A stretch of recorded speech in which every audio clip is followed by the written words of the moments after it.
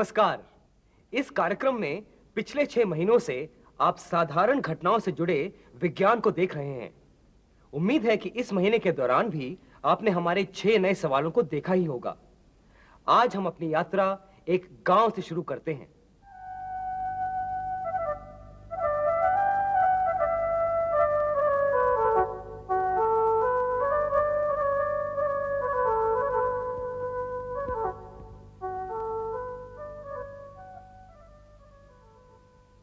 What makes smoke hang so still near the ground? ये धुआं ऐसे क्यों टंगा हुआ है? There are two characteristics of winter in our country. A, the sky is clear, and B, there are no strong winds to disperse pollutants. During the day, the earth heats up, but not much, because it is exposed only to the slanting rays of the winter sun. So it cools down fairly rapidly after sunset by radiating heat into the clear sky. The layer of air in contact with the earth also cools down, leaving a warmer blanket of air above it. And this is called temperature inversion. Now, why inversion? Because normally we expect the temperature to drop as we climb higher. Those of you who have been to hill stations in the summer know this very well. This is also why high mountain tops are snow-clad. But in this case, the air near the ground is cooler than the air higher up. This is why one refers to this type of situation as temperature inversion. As a result, the smoke that homesteads produce gets cooled by this cool layer of air near the ground. And as you all know, a cooler gas is heavier than warmer gas, so it stays put near the ground.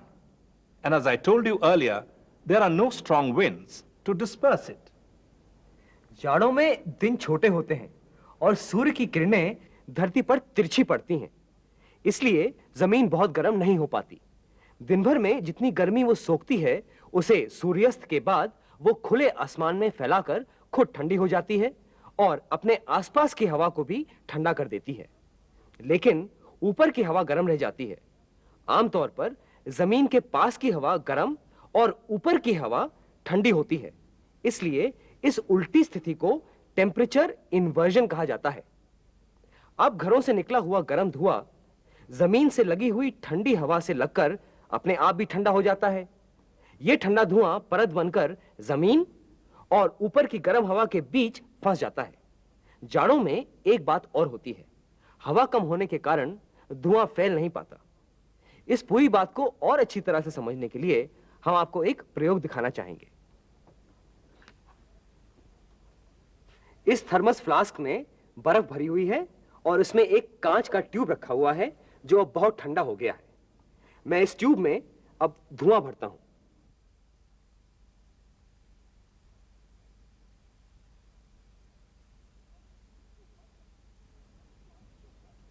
अब हम tube को बंद करके flask में वापस डाल देते हैं। एक निगाह डालें इस अगरबत्ती से निकलते हुए धुएं पर। यह धुआं ऊपर की तरफ उठ रहा है। इसका कारण यह है कि धुआं गर्म है और आसपास की हवा से ज्यादा हल्का है।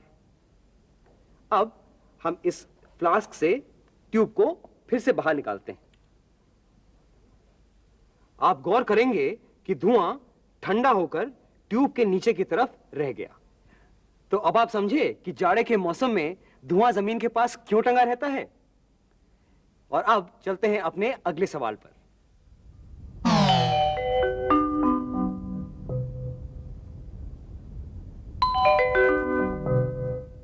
Why does dry hair not stay in place like wet hair? गीले बालों की तरह सूखे बाल क्यों नहीं जुड़े रहते? First of all, water and oil reduce the friction between the brush and the hair and make it easier for us to comb. That's easy enough. But why doesn't wet hair fall apart like dry hair? That's because thin films of water covering tufts of hair act like rubber bands. As you can also see when I dip this brush in the water, and lift it up. As we have seen many times before, the surface of water acts like a stretched rubber membrane, which tends to shrink. But this is only a surface property. It is absent inside any liquid. As you can see, the hairs spread when I dip the brush in the water. Lift it up, and they stick. So you see, surface tension does so many amazing things and has so many implications in our lives. सूखे बालों की अपेक्षा भीगे बालों में कंघी करना ज्यादा आसान है, क्योंकि पानी बालों और कंघी के बीच रगड़ को कम कर देता है।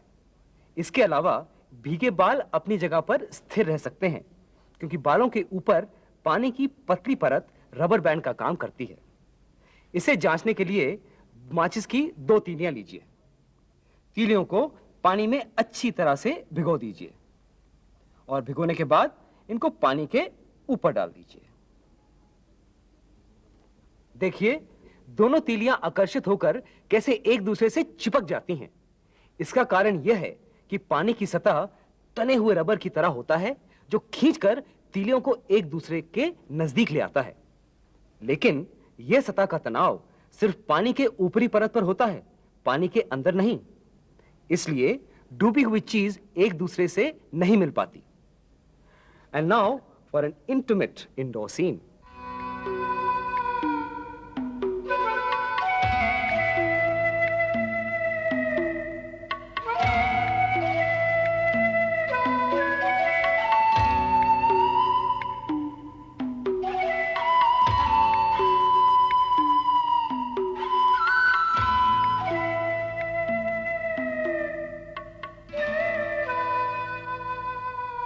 Why does one blow out the flame of a joss stick? अगरबत्ती में आग की लपट क्यों बुझा दी जाती है?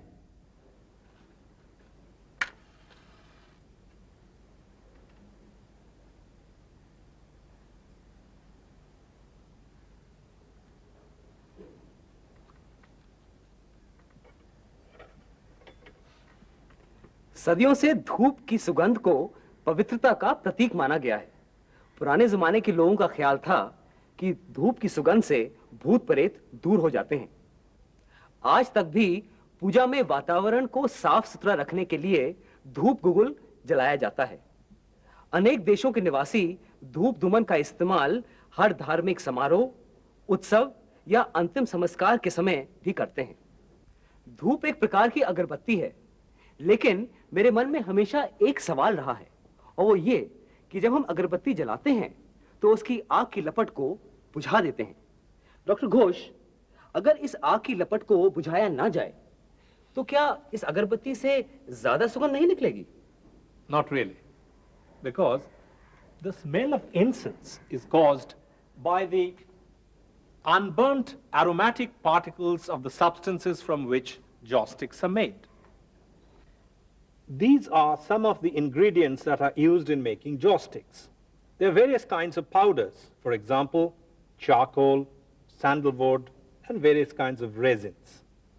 Now, they are not volatile at room temperature, unlike, for example, sandalwood. So, we have to heat them to make them vaporize and spread throughout the room.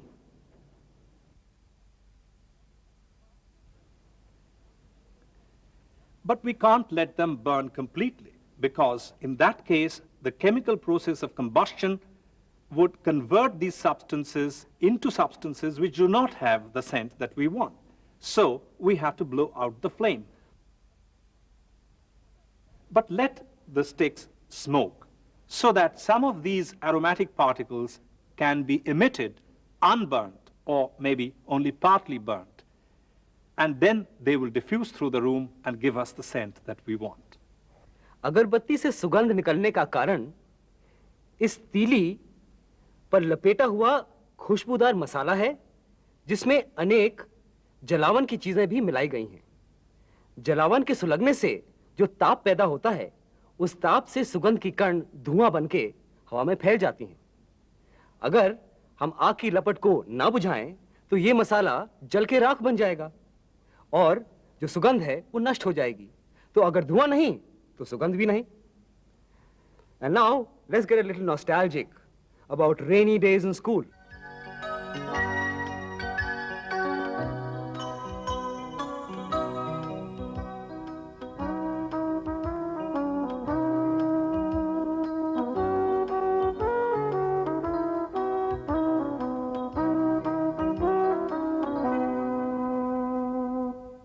What is fever?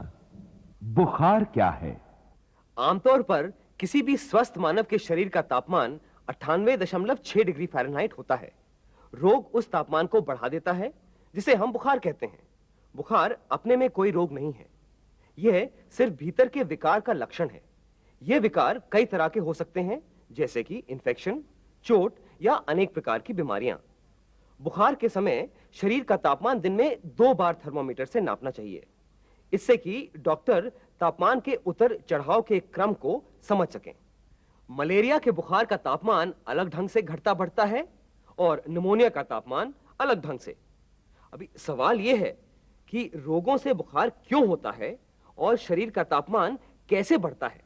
इस सवाल का जवाब हम डॉक्टर घोष से सुनते हैं। As you said, fever is not a disease itself. Most often, it is the symptom of an infection, or it could also be there when there is tissue destruction, as for example from a severe injury or when large amounts of tissues have died because of the lack of blood supply or from a coronary attack. Now, there is a thermostatic center in the brain which controls our body temperature. Certain proteins released from bacteria, viruses, and destroyed cells of the body can act as triggers to make that center raise our body temperature. And when that happens, our heart rate or pulse goes up, and so does our breathing rate, and that helps to bring down our temperature somewhat. However, our body cannot afford to have high fever for too long or too often, because that destroys the proteins stored in our body. And as you all know, proteins are essential for life. बुखार शरीर के अंदर रोगों से लड़ने की स्वचालित प्रक्रिया है। यह शरीर के हार्मोन, एंजाइम और ब्लड सेल का उत्पादन बढ़ा देता है। ब्लड सर्कुलेशन बढ़ जाता है, सांस तेज हो जाती है और शरीर शुद्ध हो जाता है। तेज बुखार से शरीर में पानी घट जाता है, जिससे खून और पेशाब की मात्रा भी घट जाती है। साथ ही शरीर में प्रोटीन की मात्रा तेजी से गिर जाती है। बुखार को कम करने वाली दवाइयां दिमाग पर काम करके शरीर के तापमान को गिरा देती हैं। However, there has been a tendency nowadays for people to rush into medication the moment the body temperature rises even slightly. We have with us today Dr. S.C. Lahiri, Emeritus Medical Scientist.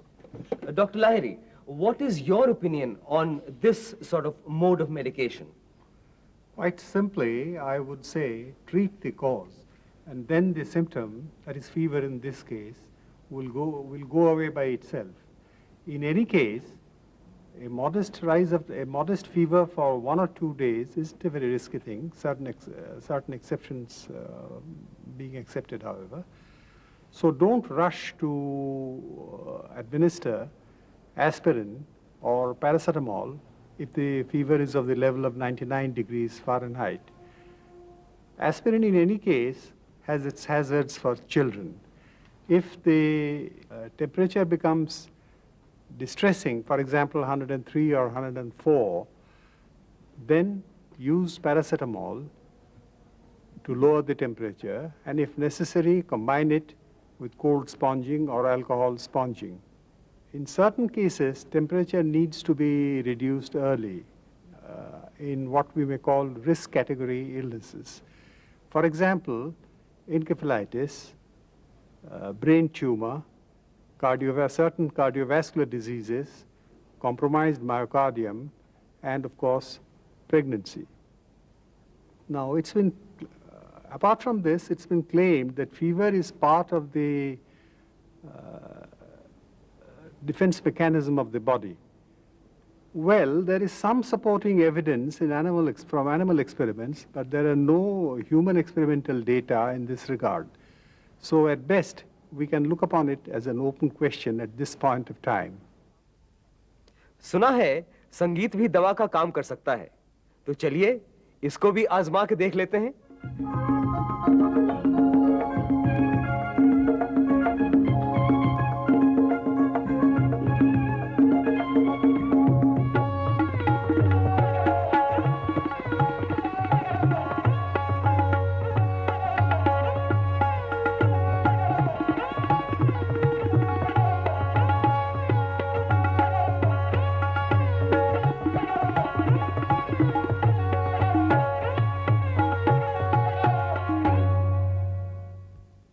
Why did the tabla sound more musical than the drum? तबले की आवाज ढोल से ज्यादा सुरीली क्यों लगती है? मृदंग काफी पुराना वाद्य है। असल में अमीर खुसरो ने मृदंग को बीच से काटकर तबला डुग्गी आविष्कार किया। जैसे आप जानते हैं, ढोल, मृदंग या तबला बजाने से पहले उन्हें कसना पड़ता है। सामान्य ढोल की तुलना में मृदंग या तबला की आवाज काफी सुरीली होती है।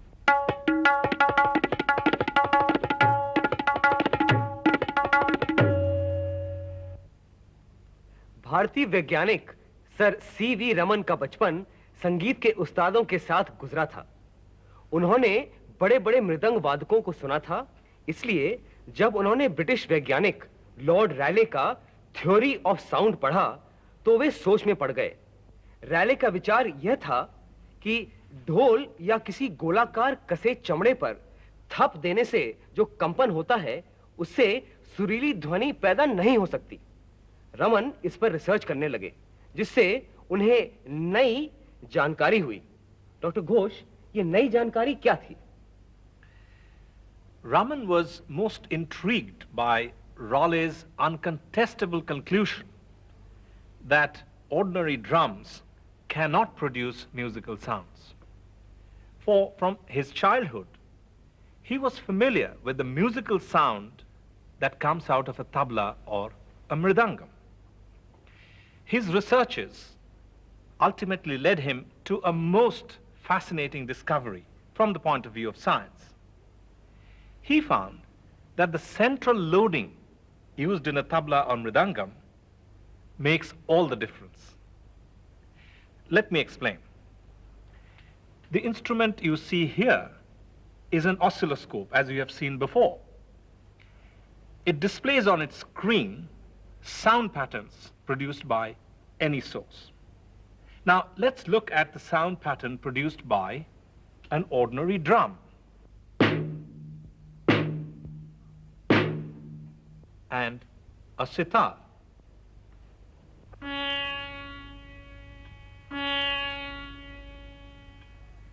They are different because there are harmonics or overtones present in the sitar sound, but not in the drum sound. Raman found that when a drum is centrally loaded, it can produce up to 5 harmonics.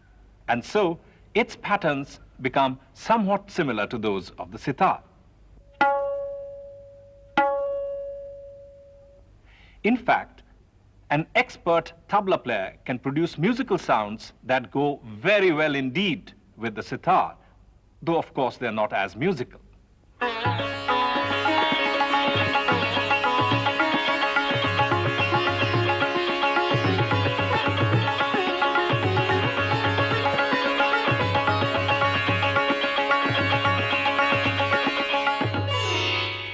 The genius of Raman was that he also gave a mathematical proof that a centrally loaded drum ought to produce these harmonics, thus completing his scientific argument and clinching the issue. Raman ने सिद्ध किया कि तबले के मुंह पर जो गोलाकार गाब होता है, उसी से उसकी आवाज सुरीली हो जाती है। हालांकि तबले के पर्दे का कंपन सितार या सरोद के तारों के कंपन से थोड़ा बहुत मिलता है, लेकिन तबले की आवाज सितार जैसी सुरीली नहीं होती। ढोल और तबले की आवाजों में जो फर्क है, उसे जानने के लिए आइए एक प्रयोग करें। ड्रम के पर्दे पर पाउडर छिड़क देते हैं। देखिए, थाप देने पर कंपन वाली जगह से पाउडर खिसक कर बिना कंपन वाली जगह पर चला जाता है। इस तरह पाउडर की मदद से कंपन का एक सरल खाका बना। अब आइए यही प्रयोग तबले पर करते हैं।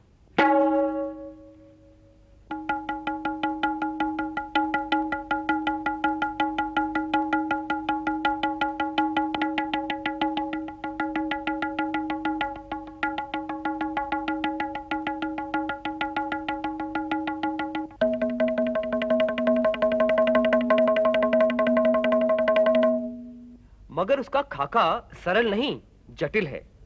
तबले के कंपन में जटिलता गाब के कारण आई।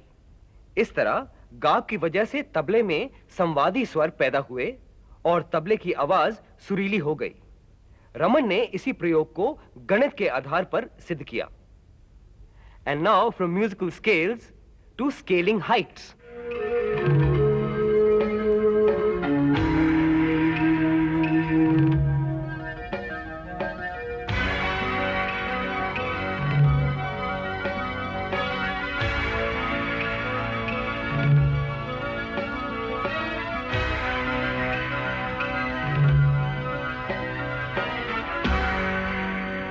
Can a mountain be much higher than Mount Everest?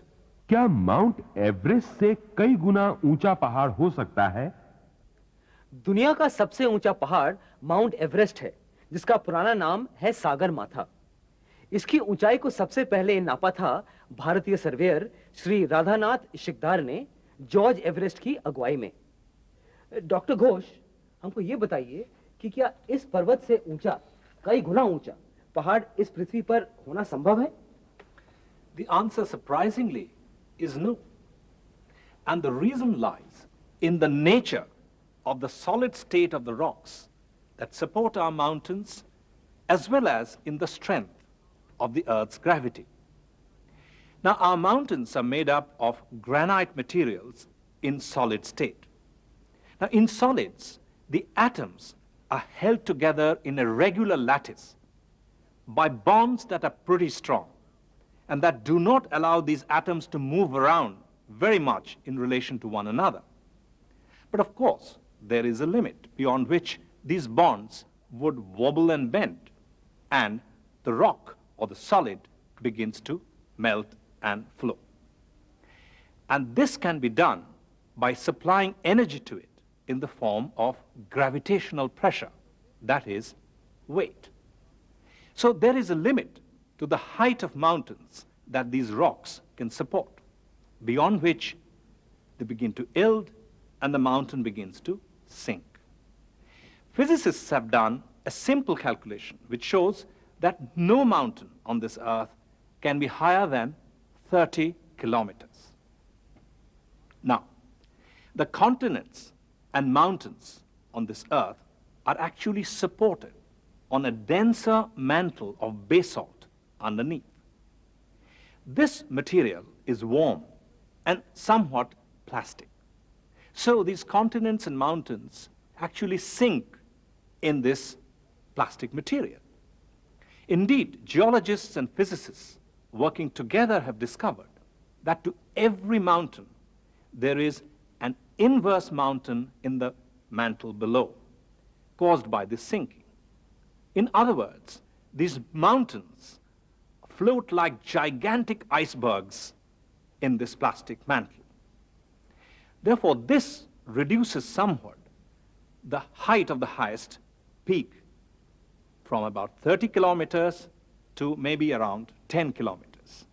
And that is as high as Mount Everest. पृथ्वी की बनावट इस प्रकार है। धरती के केंद्र में पिघला हुआ लावा होता है। उसके ऊपर का हिस्सा मैंटल कहलाता है और बेसाल्ट से बना होता है, जो ना तो पिघला होता है और ना तो सख्त। सबसे ऊपर की परत पपड़ी जैसी होती है, जिसमें हमारी दुनिया बसी है, और इसको हम क्रस्ट कहते हैं। हालांकि ऊपर की यह परत 30 से 40 किलोमीटर मोटी है, लेकिन धरती के विशाल आकार को देखते हुए यह पपड़ी ही है। डॉक्टर घोष ने हमें भी बताया कि अगर कोई भी पर्वत बहुत ऊंचा हो जाए तो वो पृथ्वी के भीतर धंस जाता है। क्योंकि ग्रेनाइट और बेसाल्ट से बनी धरती इतनी मजबूत नहीं है जो बहुत ज्यादा ऊंचे पहाड़ का वजन सह सके। वैज्ञानिकों ने सरल हिसाब लगाकर यह बता दिया है कि हमारी पृथ्वी पर कोई भी पहाड़ लगभग 10 किलोमीटर यानी 10,000 मीटर से ज्यादा ऊंचा नहीं उठ सकता। माउंट एवरेस्ट की ऊंचाई भी 8,848 मीटर है। कार्यक्रम समाप्त करने के पहले हम डॉक्टर घोष सुनते हैं पिछले महीने के खास सवाल का जवाब। You would recall that when somebody else drops a card, you can't catch it. But if you drop it yourself, you can. Now, when you do the dropping and the catching yourself, both your hands get messages or signals from your brain simultaneously. One saying release it and the other saying catch it. But when somebody else releases the card and you are supposed to catch it, then there is a time lag between your seeing the card being released and your brain instructing your fingers to catch it. And this time is long, believe me or not, and invariably the card goes through. जैसे doctor Ghosh ने आपको अभी समझाया, जब आप card को खुद छोड़ते हैं और खुद पकड़ते हैं तो दोनों हाथों को संकेत एक ही समय दिमाग से मिलता है। परंतु जब कोई और कार्ड को छोड़ता है और आप पकड़ते हैं तो आपकी आंखें पहले कार्ड को गिरता देखती हैं और फिर आपका दिमाग आपके हाथ को बताता है कि कार्ड को पकड़ो। इसमें एक पल भर का समय निकल जाता है जिसको इंग्लिश में रिएक्शन टाइम कहते हैं, और इस पल भर के समय में कार्ड निकल जाता है, आप पकड़ नहीं पाते हैं। हर बार ऐसा ही होता है। तो आइए अब हम आपसे पूछते हैं इस महीने के खास सवाल को। एक निगाह डालें इस वस्तु पर जो दो जुड़े हुए शंकुओं की बनी हुई है। इसको मैं टेबल पर लुढ़काता हूं, लुढ़क जाती है, इसमें कोई चमत्कार नहीं। अब देखिए इस वस्तु को, इसकी दीवारें आनत हैं, यानी कि यहां पे ऊंची है और यहां पे नीची। तो अगर इस पे कोई भी लुढ़कने वाली वस्तु रखी गई तो वो लुढ़क कर नीचे तक पहुंच जाएगी। इसमें भी कोई चमत्कार नहीं आपने देखा, लेकिन अब देखिए चमत्कार। इस वस्तु को मैं नीचे की ओर रखता हूं, ये क्या हुआ? ये तो ऊपर की तरफ आ गई। ये क्यों और कैसे हुआ? इस सवाल का जवाब हमारे अगले प्रोग्राम में। हमारे 6 नए सवालों को अपने टीवी स्क्रीन पर देखना ना भूलें। तब तक के लिए क्यों और कैसे की तरफ से आप सबको नमस्कार।